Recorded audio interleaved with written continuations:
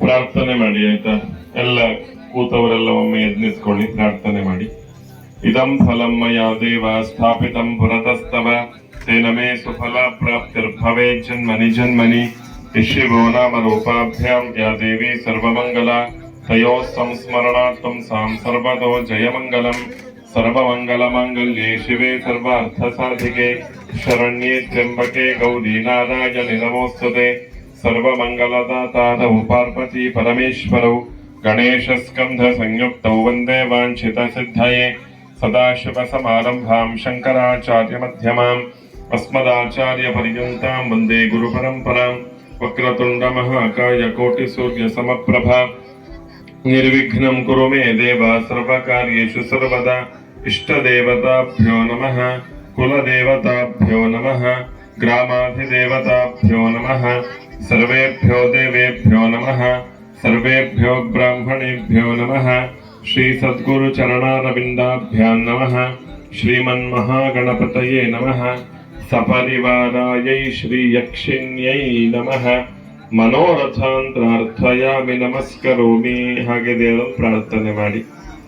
ಸಾಕಷ್ಟು 106 ವರ್ಷದ ಹಿನ್ನೆಲೆ ಇರತಕ್ಕಂತಹ ಈ ಒಂದು ಯಕ್ಷಿ ಸಾನ್ನಿಧ್ಯ, ಸಪರಿವಾರ ಸನ್ನಿಧಾನ, ಇದನ್ನು ಒಳ್ಳೆ ರೀತಿಯಲ್ಲಿ ಊರ್ಜಿತ ಮಾಡಬೇಕು ಅಂತ ಸಂಕಲ್ಪ ಮಾಡಿಕೊಂಡು ಅದಕ್ಕೆ ಬೇಕಾದಂತಹ ಪೂರ್ವ ಚಿಂತನೆಗಳನ್ನ, ಪೂರ್ವ ಪ್ರಾಯಶ್ಚಿತ್ತಗಳನ್ನ ಮಾಡಿ ಒಂದು ವ್ಯವಸ್ಥಿತವಾದ, ಯೋಗ್ಯವಾದ, ಶಾಸ್ತ್ರೀಯವಾದಂತಹ ಒಂದು ದೈವಸ್ಥಾನವನ್ನು ನಿರ್ಮಾಣ ಮಾಡಿ ಅದರ ಪ್ರತಿಷ್ಠಾಪನೆಯ ಅಂಗವಾಗಿ ಮಾಡತಕ್ಕಂತಹ ಎಲ್ಲ ಧಾರ್ಮಿಕ ವಿಧಿವಿಧಾನ, ಸ್ಥಾನ ಶುದ್ಧಿ, ಪ್ರಾಸಾದ ಶುದ್ಧಿ, ವಾಸ್ತು ಪೂಜೆ, ಬಲಿದಾನ, ರಾಕ್ಷೋಗ್ನ ಹೋಮ, ದಿಗ್ಬಲಿದಾನ, ಬಿಂಬ ಶುದ್ಧಿ ಪೂಜೆ, ಸಪ್ತಾಧಿವಾಸ ಪೂಜೆ, ಪ್ರತಿಷ್ಠಾಧಿವಾಸ ಹೋಮ, ಶಯ್ಯಾ ಕಲ್ಪಾರಾಧನೆಗಳು, ಸುಮುಹೂರ್ತದಲ್ಲಿ ಜೀವಕುಂಭ ಸೇಚನ ಪೂರ್ವಕ ಪ್ರತಿಷ್ಠಾ ಕಲಶಾಭಿಷೇಕ, ಬ್ರಹ್ಮಕುಂಭಾಭಿಷೇಕ, ಕಲಾತತ್ವ ಪೂರ್ವಕ ಪ್ರಧಾನ ಅಧಿವಾಸ ಹೋಮ, ಮಹಾಪೂಜೆ, ನಾಗದೇವರ ಸನ್ನಿಧಿಯಲ್ಲಿ ಆ ಹರಕೆಯ ಒಂದು ಶಿಲೆಯ ಪ್ರತಿಷ್ಠಾಪನೆ, ನಾಳೆ ರಾತ್ರಿ ದಿವಸ ಮಹಾಪ್ರಾಯಶ್ಚಿತ್ತ ಆಶ್ಲೇಷ ಬಲಿ, ಇವಿಷ್ಟು ಧಾರ್ಮಿಕ ವಿಧಿವಿಧಾನಗಳನ್ನ ಸಪರಿವಾರ ಯಕ್ಷಿಗೂ ನಮ್ಮದಾಗಿರ್ತಕ್ಕಂಥ ನಾಗನಿಗೂ ಮಾಡುವಂತ ಮಹಾ ಸಂಕಲ್ಪ ಮಾಡುವಂತಹ ಎಲ್ಲ ಧಾರ್ಮಿಕ ವಿಧಿವಿಧಾನದಿಂದ ಈ ಸ್ಥಾನದಲ್ಲಿ ಯಕ್ಷಿ ವಿಶೇಷವಾಗಿ ಸನ್ನಿಹಿತಳಾಗಿ ಯಾರು ಭಕ್ತಿಯಿಂದ ಬೇಡ್ತಾರೋ ನಂಬ್ತಾರೋ ಅವರಿಗೆ ಪೂರ್ಣ ಆಶೀರ್ವಾದವನ್ನು ಕೊಡುವ ಹಾಗೆಯೂ, ನಾಗದೇವರಲ್ಲೂ ಕೂಡ ಏನ್ ಹರಕೆ ಇಟ್ಟಿದ್ದೇವೆ ಆ ಹರಕೆ ಪರಿಪೂರ್ಣವಾಗಿ ತೀರ್ಮಾನ ಆಗುವ ಹಾಗೆಯೂ ಆ ಯಕ್ಷಿ ನಾಗದೇವರು ಎಲ್ಲ ಪೂರ್ಣ ದೃಷ್ಟಿಯಿಂದ ಅನುಗ್ರಹಿಸಬೇಕು ಅಂತ ಪ್ರಾರ್ಥನೆ ಮಾಡಿ ಹರಿವಾಣ ಗಣಪತಿ ಎದುರಿಟ್ಟು ನಿಂತಲ್ಲೇ 3 ಸುತ್ತಲ್ಲಿ ನಮಗೆ ನಮಸ್ಕಾರ. ಅನ್ಯಥಾ ಶರಣಂ ನಾಸ್ತಿ ತ್ವಮೇವ ಶರಣಂ ಮಮ ತಸ್ಮಾತ್ ಕಾರುಣ್ಯ ಭಾವೇನ ರಕ್ಷ ಮಾಂ ಪರಮೇಶ್ವರ. ಮನೋರಥಾನ್ ಪ್ರಾರ್ಥಯಾಮಿ ನಮಸ್ಕರೋಮಿ. ಆಯುರ್ವೃದ್ಧಿಂ ಪುತ್ರಪೌತ್ರಾದಿವೃದ್ಧಿಂ ನಿತ್ಯಾರೋಗ್ಯಂ ಸಂಪದಂ ಚಾನಪಾಯ.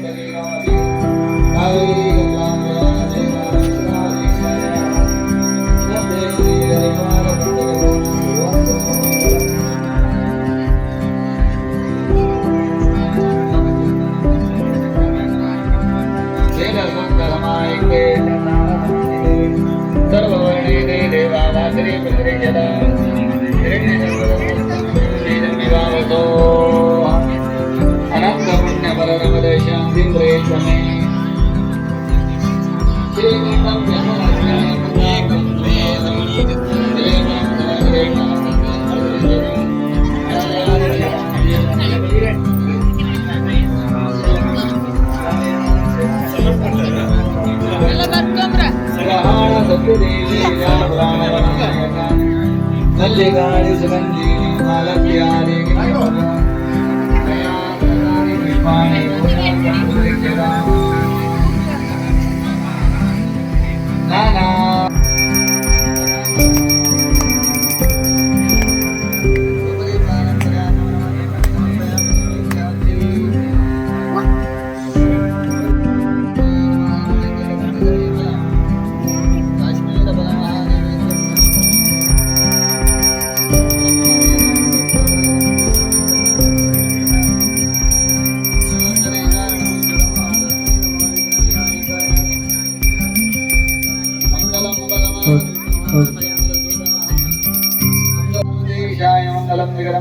ಮಂಗಳಂ ಶ್ರೀ ಮಹಾವಿದ್ಯೆ ಶ್ರೀ ವಿದ್ಯೆ ಮಂಗಳಂ ಗಣಪತಯೇ ನಮಃ ಮಂಗಳ ನೀರಾಜನಂ ದರ್ಶಯಾಮಿ ಸರ್ವತ್ರ ರಕ್ಷಾಂ ಧಾರಯಾಮಿ ಗಣಪತಿಯಾಗಿ ಎಲ್ಲ ಆರ್ಥಿಕರಣ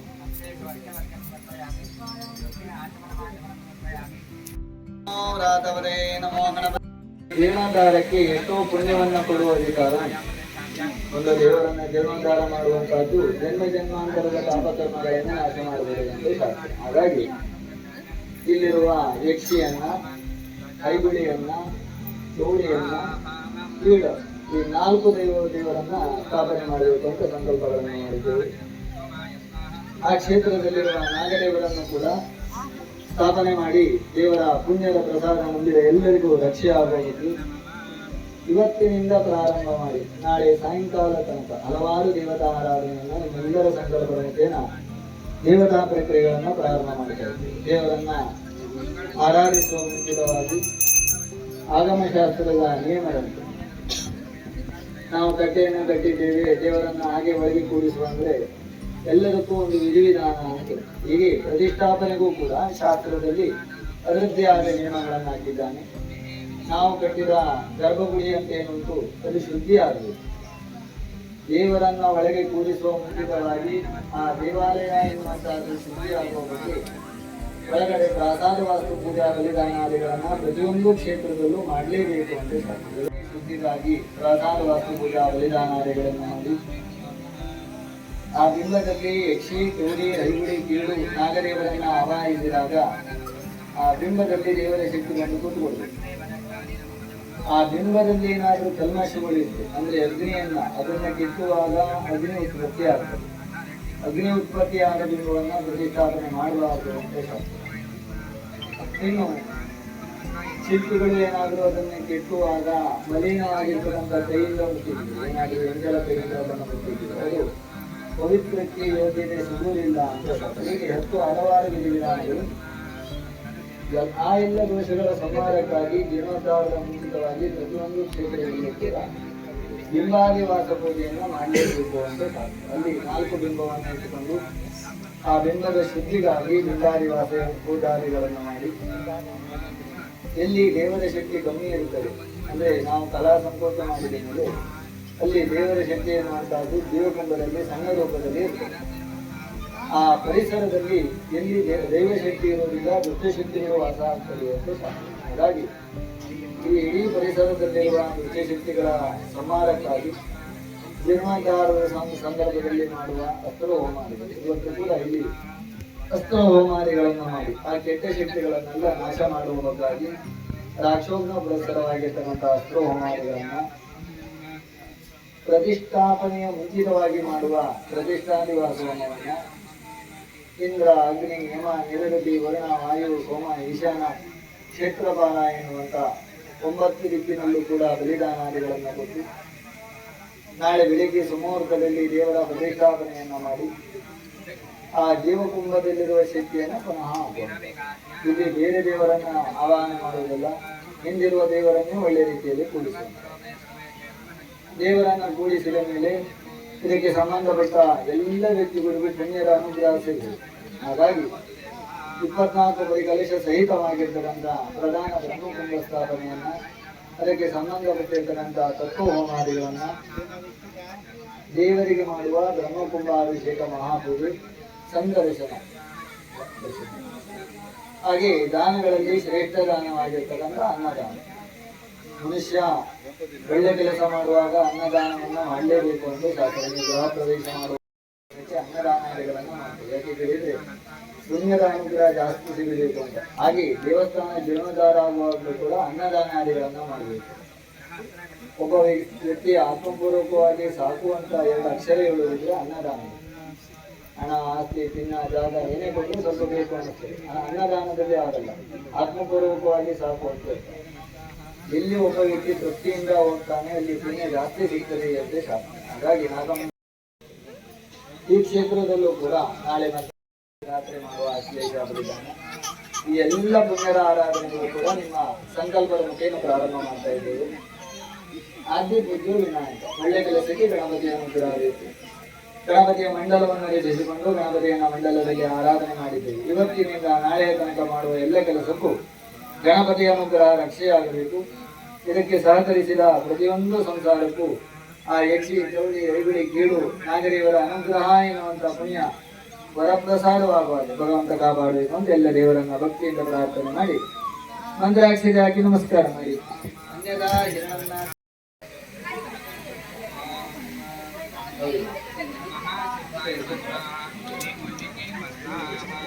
ಒಂದು ನೀರು ಹಾಕ್ಲಿ, ಹರಿವಾಣ ಬಿಡಿ, ನೀರು ಹಾಕಿ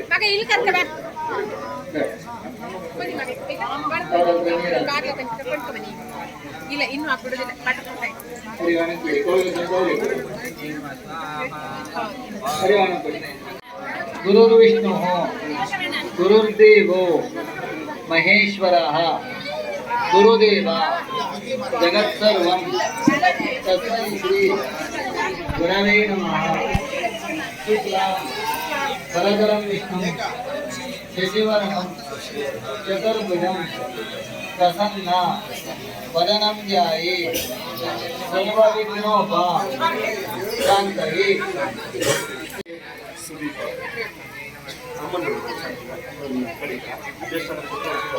जय कारणक्षेत्रे वृत्तिकरणशोधादस्य सुदीपनामधेयस्य जिह्मादिद्वारायाः चैत्रानाम्याः जिह्मादिद्वारिशिवादि दैनिकदान समस्तराचारविहारार्थम् पुराभाद्रानक्षत्रे मीनराशोजातायाः सुमनानाम्याः जिह्मादिद्वारिशिवादि विशाखानक्षत्रे तुलाराशोदादस्य गौतम नामधेयस्य हस्तानक्षत्रे कन्याराशोदादस्य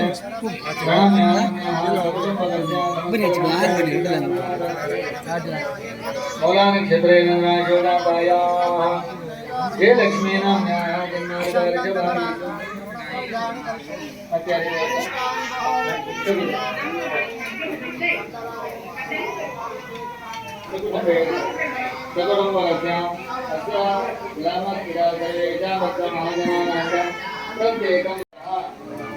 पूर्ण रक्षा पूर्ण प्रसाद सिद्ध्यर्थम नागेंद्र यक्षिण सुमुहूर्ते ಶ್ವಕರಿಷ್ಯಮಾಣ ನಾಳೆ ಬೆಳಿಗ್ಗೆ ಆಯ್ತಾ ಪರಿವಾರ ನಾಗೇಂದ್ರ ಸಹಿತ ಯಕ್ಷಿ ಐಗುಳಿ ಚೌಡಿ ಕಿಡು ದೇವತಾ ಪ್ರತಿಷ್ಠಾ ಜೀವಕುಂಭ ಸೇಚನ ಪ್ರತಿಷ್ಠಾ ಕಲಶಾಭಿಷೇಕ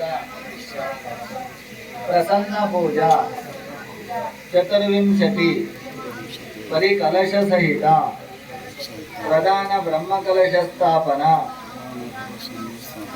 ಪ್ರಧಾನ ಕಲಾತತ್ವ ಹೋಮ ಶಕ್ತಿ ಹೋಮ ಶಾಂತ ಹೋಮ ಬ್ರಹ್ಮಕುಂಭಾಭಿಷೇಕ ಮಹಾಪೂಜಾ ಸಂದರ್ಶನ ಯಥಾಶಕ್ತಿ ಅನ್ನದಾನಾಖ್ಯಂ ಕರ್ಮಾಣಿ ಆಚಾರ್ಯ ಮುಖೇನ ಹಾರೈಸಿ ತಲೆಕೈಗೆ ಇಡ್ತಾನೆ, ತಲೆಕೈಗೆ ಇಡ್ತಾನೆ. ಪ್ರಾರ್ಥನೆ ಮಾಡಿ ಆಯ್ತಾ.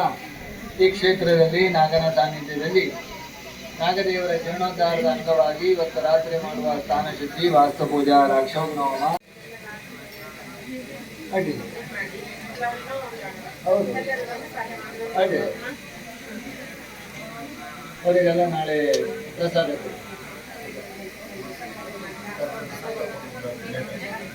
ಅಲ್ಲ ಅವ್ರಿಗೆ ಹೆಸರು ಚೀಟಿ ನಾಳೆ ಚೀಟಿ ಬಂದಿತ್ತು ಸಂಕಲ್ಪಕ್ಕೆ ಹೆಸರು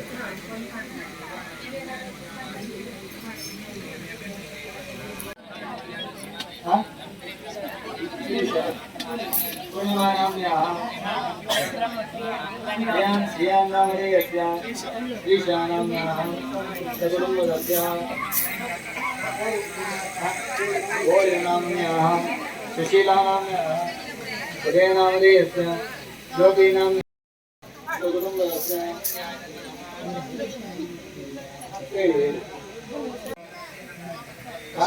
अश्विनीनाम्याः गणेशनामधेयस्य दास्यानाम्याः अविनाशनामधेयस्य आपोहितावयवोत्तानोज्यवदातना महेर्वाय रक्षसे यो वर्षोदमो दत्तस्य वादे पुनः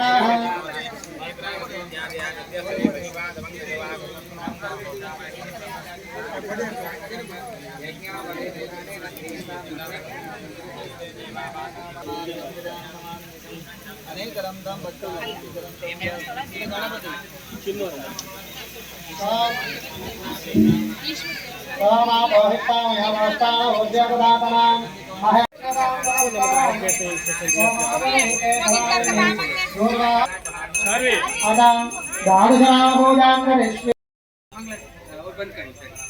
ओम सर्पाय नमः ओम अनंताय नमः ओम शेषाय नमः ओम कपिलाय नमः ओम नागाय नमः ओम गणेशाय नमः ओम शंखमालाय नमः ओम बोधराय नमः नागेन्द्राय नमः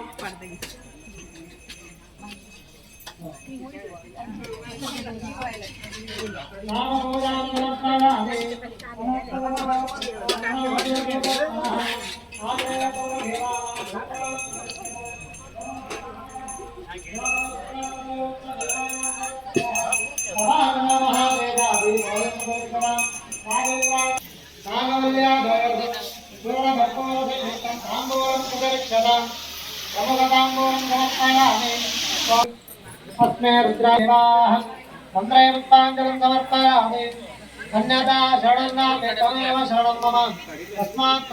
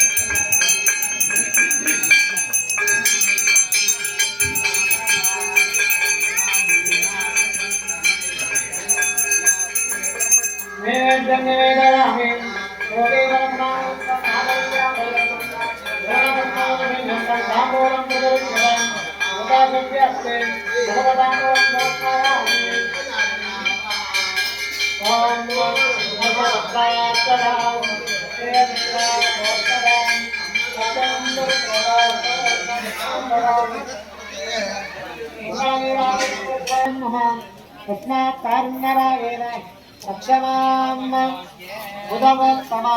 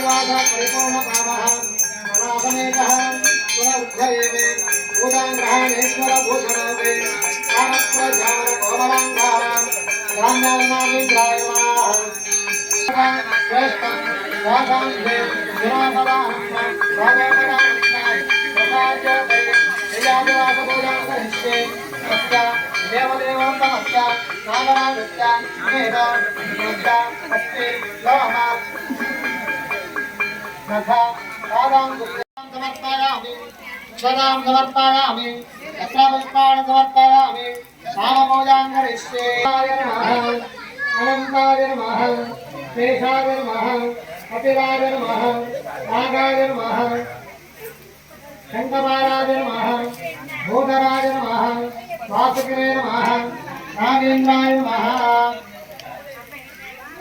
विशाजुदाय नमः सहस्रशीर्षाय नमः वासुपते नमः नामपूजां समर्पयामि परस्परसत्तम गन्धाढ्योदोषं नमः आग्रे सर्वदेवानां धूपोऽयं प्रदक्ष्यता बलाद्वाल्नागेन्द्राय मात्रापयामि देवं वर्षयामि विद्यास्ते ओम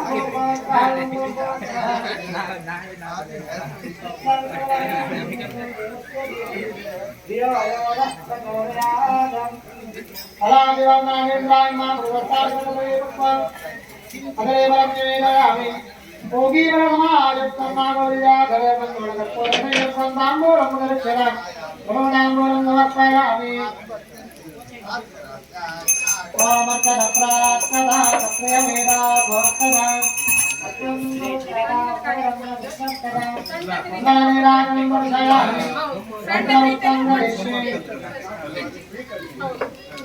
ओम नमो भगवते देवाय ये अंतरिक्षे दिव्यदेवते नमः जय देवा गौर्यकर्णशं येषा भक्तवत्पुरं देव्यते नमः जय शवोया दुदाना राजे भावदत्तपुत्रं ये वामने शेरदेने देवते नमः महादेवनागेन्द्राय नमः मंत्रयुक्तांगं नमस्कारामि महार्गान्नात्तयामि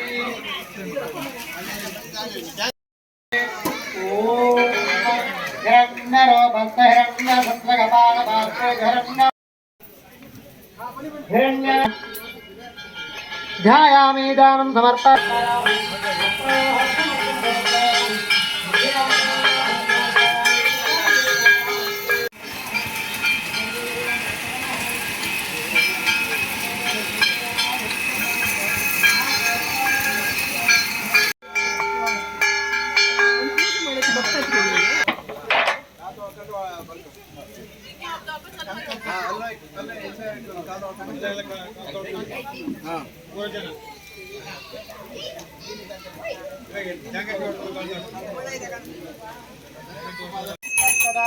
मंगलनीराजं दर्शयामि मंत्रवत्तं करिष्ये ओम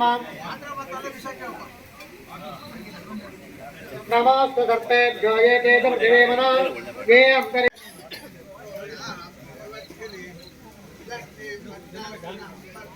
गन्धादि दासा परिपूर्ण कामः उदां देशं नरोगा नामसर्तं कृपया सुशान्तता प्रदापयन्तं मम भोजराज नागेन्द्राय माहर्वत्करोमि पुष्पादिवासपूजां करिष्ये ओम आयने देवनायने दूर्वारोहन्त पुष्करेः प्रदा नागाय नमः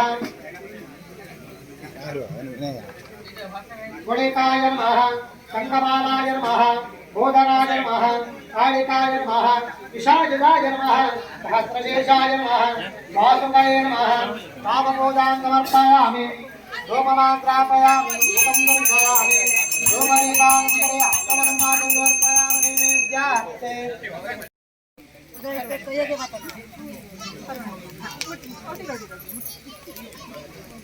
ಓಯ್ ನಾಳೆ ಬೇರೆ ಇತ್ತು ಮತ್ತೆ ಅಷ್ಟೇ ತಂದು ನಾಳೆ ಬೇರೆ ಇತ್ತು ನಾಗರಿಕ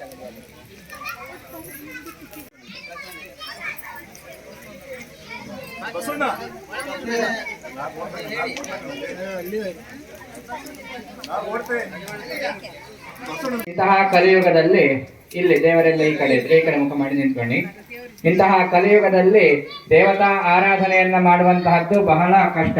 ಯಾಕೆ ಹೇಳಿದ್ರೆ ಕೃತಯುಗದಲ್ಲಿ ಆ ದೇವರೇ ಪ್ರತ್ಯಕ್ಷವಾಗಿ ಬಂದು ತಪಸ್ಸಿಗೆ ಮೆಚ್ಚಿ ಆಶೀರ್ವಾದವನ್ನ ಮಾಡುತ್ತಿದ್ದಂತಹ ಕಾಲ ಒಂದಿತ್ತು. ಅಲ್ಲಿ ಕೇವಲ ತಪಸ್ಸನ್ನ ಮಾತ್ರ ಮಾಡ್ತಾ ಇದ್ರು. ಯಾವುದೇ ಹೋಮಗಳು, ದಾನಗಳು, ಹವನಗಳು ಇತ್ಯಾದಿಗಳು ಬಹಳ ಕಮ್ಮಿ. ತದನಂತರದಲ್ಲಿ ತ್ರೇತಾಯುಗ, ರಾಮನು ಅವತಾರ ಮಾಡಿದಂತಹ ಯುಗ. ಅಂತಹ ಯುಗದಲ್ಲಿ ಜೊತೆಗೆ ತಪಸ್ಸಿನ ಜೊತೆಗೆ ಯಜ್ಞ ಯಾಗಾದಿಗಳೆಲ್ಲ ಬರ್ತವಂತೆ. ತದನಂತರವಾಗಿ ದ್ವಾಪರ ಯುಗ, ಅಲ್ಲಿ ಬಲಿ ಮಹಾಚಕ್ರವರ್ತಿ ದಾನಾದಿಗಳನ್ನು ಮಾಡಿದ ಎನ್ನುವಂತಹ ಕಥೆಯೆಲ್ಲ ನಾವು ಕೇಳ್ತೇವೆ. ಅಲ್ಲಿ ತಪಸ್ಸು, ಯಜ್ಞ ಜೊತೆಗೆ ದಾನಾದಿಗಳು ಕೂಡ ಆಚರಣೆಯಲ್ಲಿ ಉಂಟಾಗ್ತದೆ.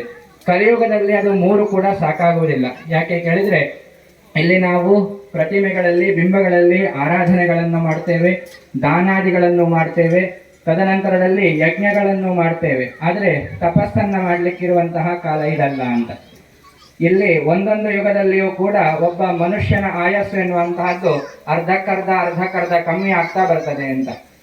ಈ ಕಲಿಯುಗದಲ್ಲಿ ಒಬ್ಬ ಮನುಷ್ಯ ಬದುಕಿದ ಅಂತ ಹೇಳಿದ್ರೆ ಅತಿ ಹೆಚ್ಚು 125 ವರ್ಷ ಬದುಕ್ತಾನೆ.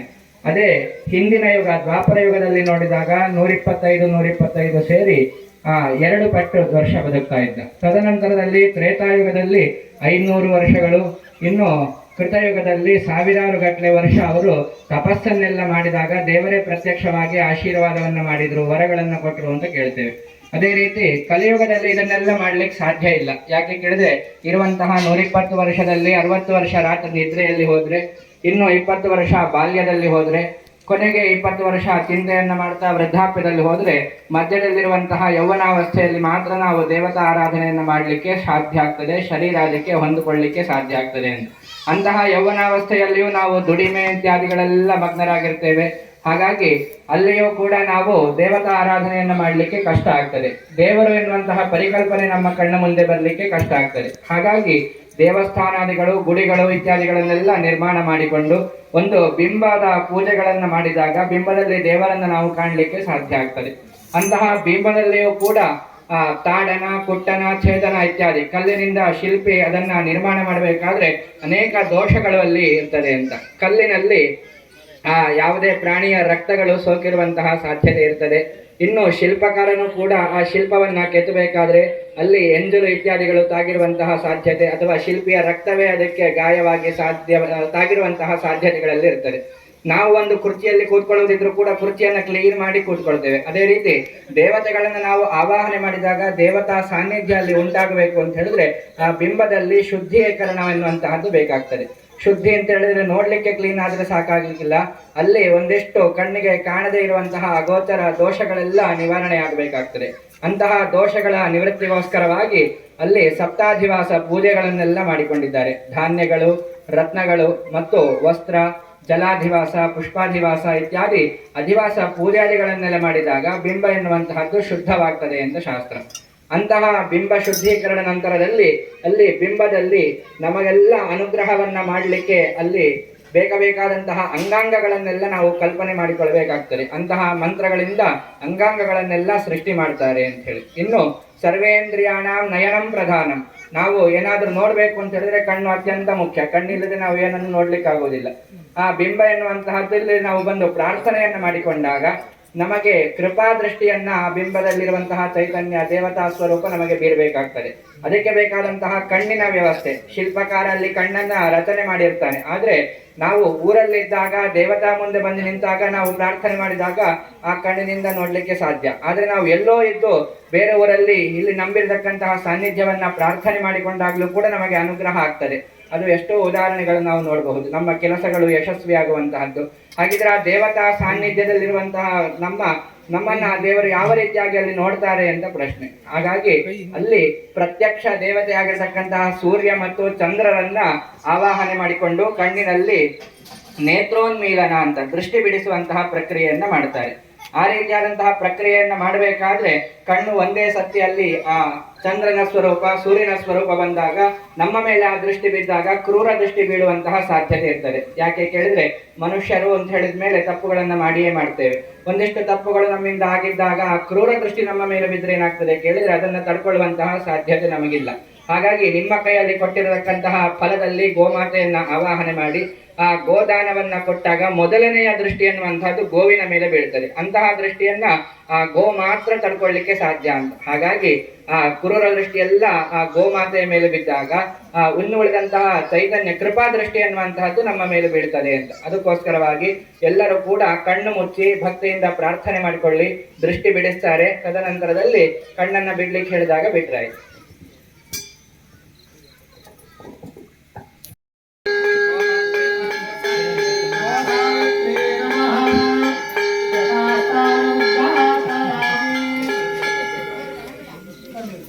ನಮಸ್ಕಾರ ಮಾಡಿ ಅದನ್ನ ಕಳೆದಿಟ್ಟ ಸುತ್ತ ನಮಸ್ಕಾರ ಮಾಡಿ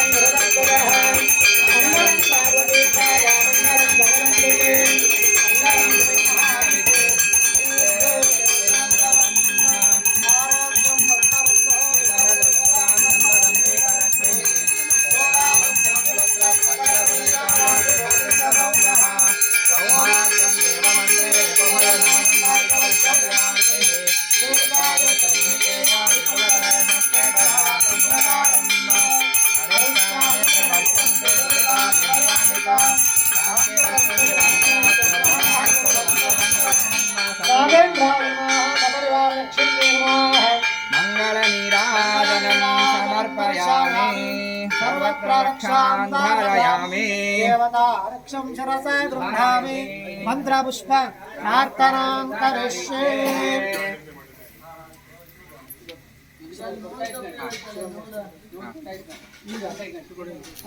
शिवं वास्तु शिवं वास्तु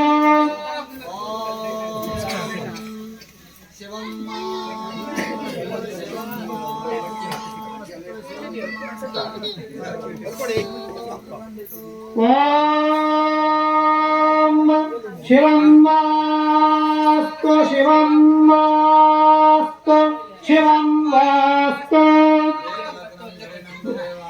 बलं चंद्र बलं देवा विद्या बलं दैव बलं देवा लक्ष्मीपदे तेन्द्रियुगं स्मरामि अस्मिन् सपरिवार लक्ष्मी दैवालये स्थिरवास्तु चैतन्य प्राप्तिरस्तु भवन्तः प्रभवन्तु स्थिरवास्तु चैतन्य प्राप्तिरस्तु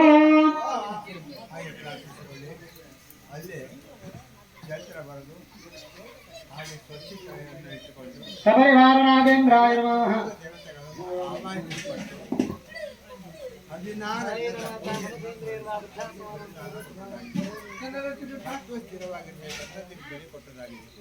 ಆ ವಾಸ್ತು ಪುರುಷರು ಸ್ಥಿರವಾಗಿ ನಿಂತು ನಾವು ಪ್ರತಿಷ್ಠಾ ಕುಲದೇವರು ಸ್ಥಿರವಾಗಿ ಇದ್ದು ನಮ್ಮನ್ನು ಕಾಪಾಡುವ ಹಾಗೆ ಅನುಗ್ರಹಿಸಬೇಕು ಎಂದು ಪ್ರಾರ್ಥನೆ ಮಾಡಿ ನಿಮ್ಮ ಇಷ್ಟಾರ್ಥವನ್ನು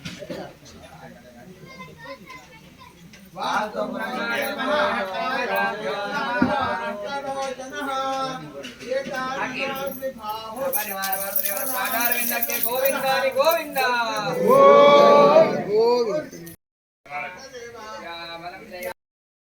परमं पदं सदा पश्यन्ति सुवासा विपन्यमो जागृवां सत्सविन्दते विष्णोरत्परमं पदं विष्णवे नमो विष्णवे नमो विष्णवे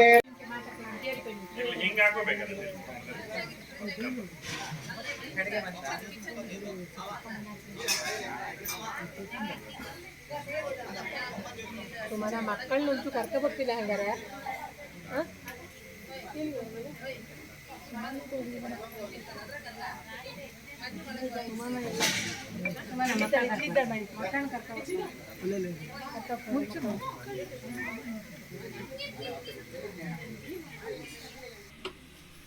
ಬಂದಷ್ಟು ಕಟ್ಟಿ ಉಳಿದ ನಾಳೆ ಕೊಡುವ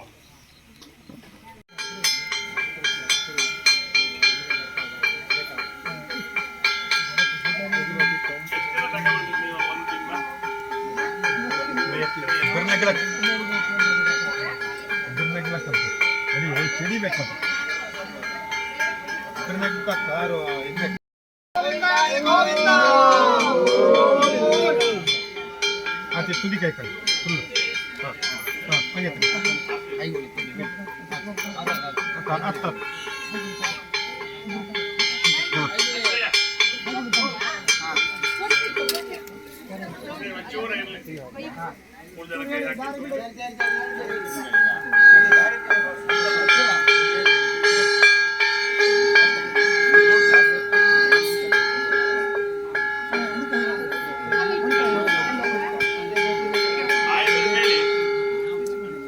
ದಾರಿ ಬಿಡಿ ಒಂಚೂರಲ್ಲ ದಾರಿ ಬಿಡಿ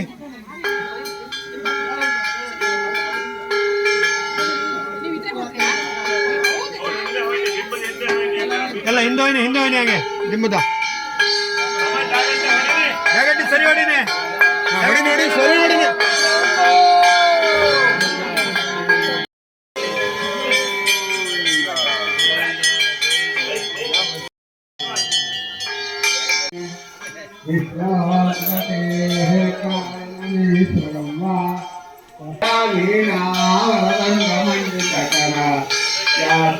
पद्मासना या ब्रह्माच्युतः शङ्करः प्रवृत्तिभिर्देवैः सह वन्दिता सा मां पातु सरस्वती भगवती निःशेषजाड्यापः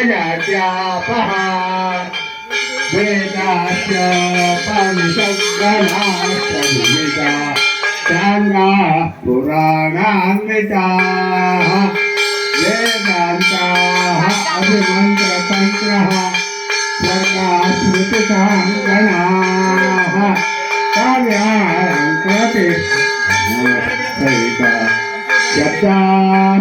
नाविदाः श्रीविष्णोर्गुणनालक्ष्मीकरा कुर्यात् सदा मङ्गलम् आदित्यादिनवग्रहाः शुभकरा मेषादयो राशयः नक्षत्राणात्तद्योतास्तद्गणाः माताभ्याः ऋषयः ಹರ್ಷ ಕುಮಾರ ಕಾಣಲಿ ಅವರಿಗೆ ಕಾಣ್ತೀರ ಯಜಮಾನಕ್ಕ ಮೇಸ್ತ್ರಿಗಳು ಅಂತ ಹೇಳಿದ್ರು. ಈಗ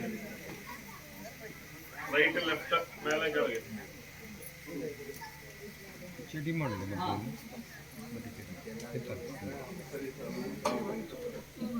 ಮೇಸ್ತ್ರಿಗಳು ಕಾಣಿ ಈಗ.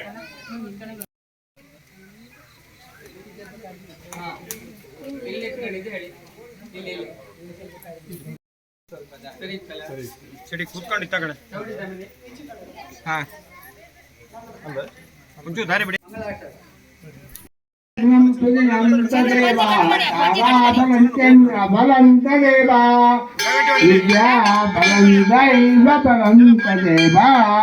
लक्ष्मीपते अंग्रे युगं स्मरामि सुमहत्तमस्तु सुप्रतिष्ठितमस्तु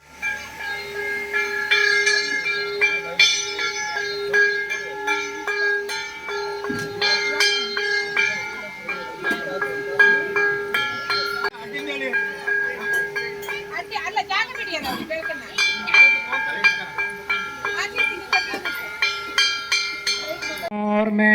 अथान सुतरा भवन् उपमापेति सप्तमः कृष्णं व्यक्तमस्तिद कुशलमेव जातय उपदेदा युवाकरं वरेश्वरहितद्दिवः रात्रिस्तामन्नदिग्गजे विश्वेश्वरीं जगद्धात्रीं त्रिजगन्मानकारिणीं निद्रां भगवतीं विष्णारसरां जगत्प्रभः नागेन्द्राय नमः सुखशाये कुरु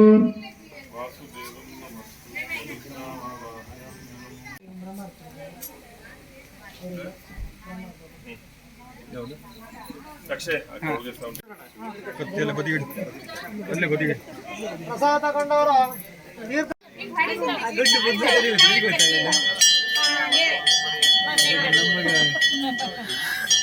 ಸಿಕ್ಸ್ ಪ್ಯಾಕ್ ದೊಡ್ಡ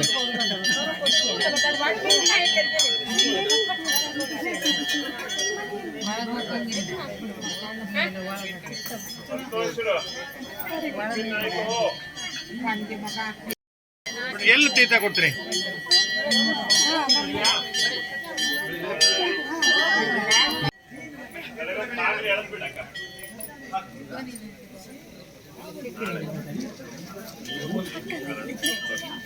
ಅಕ್ಕೆಲ್ಲ ಊರು ಕೂತಿರ್ತಾರೆ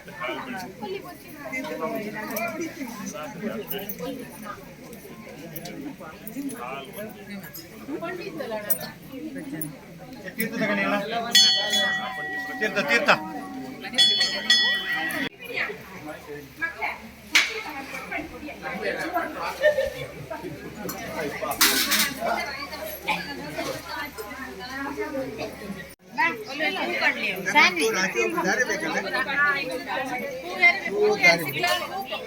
ಸ್ವಲ್ಪ ದಾರಿ